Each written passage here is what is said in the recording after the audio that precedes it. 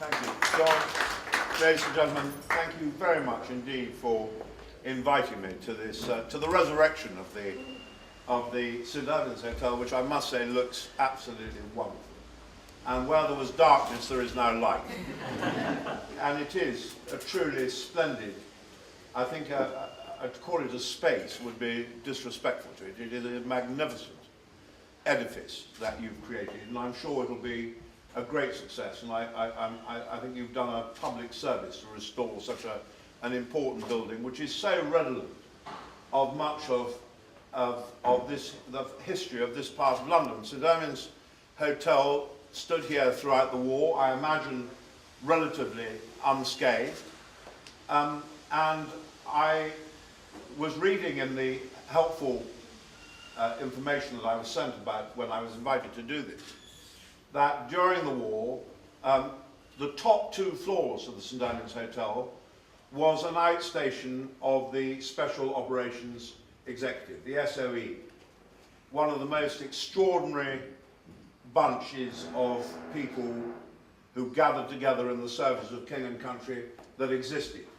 They were, all of them, each one of them, a hero or a heroine.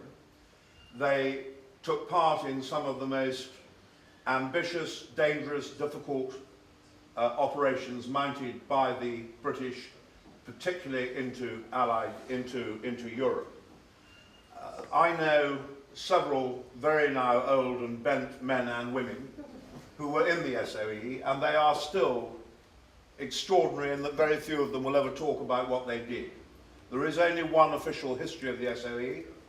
Much of its operations are still not known about. It was created by my grandfather, the then Prime Minister Winston Churchill, who instructed them to set Europe ablaze.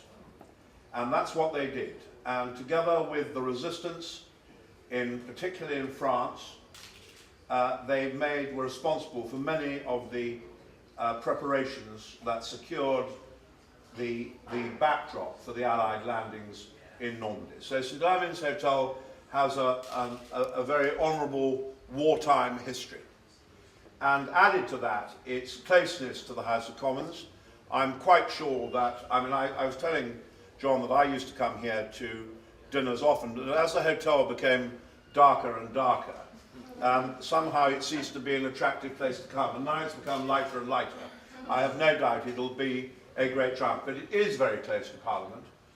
It is has a long tradition of hospitality, of the great ballroom here and the bar, I'm sure, hosted several sober parliamentary evenings. And of course the fact that it has a division bell is a great attraction, because all our lives, although we carry around these ghastly little bleeper things, our lives are still governed by the division bell. I only hope that when the bell goes off, even though it has an explanatory notice underneath, I rather fear that your guests may bolt for cover, thinking it's a fire alarm. So I hope that it's very carefully explained to them that it is not a fire alarm, but merely the call to prayer for members of Parliament. It also starts early in the morning. The first division bell always rings very early in the morning to test that it's still working. So I hope it's not switched on till later at night. But on behalf of everyone here today, can I wish the proprietors, the partners, everyone who works here, every possible success. It is wonderful, it'll be wonderful to have a really proper hotel that looks and feels like a grand hotel ought to feel like. I'm assured the food is going to be delicious. I intend to give it a personal test run myself at an appropriate moment.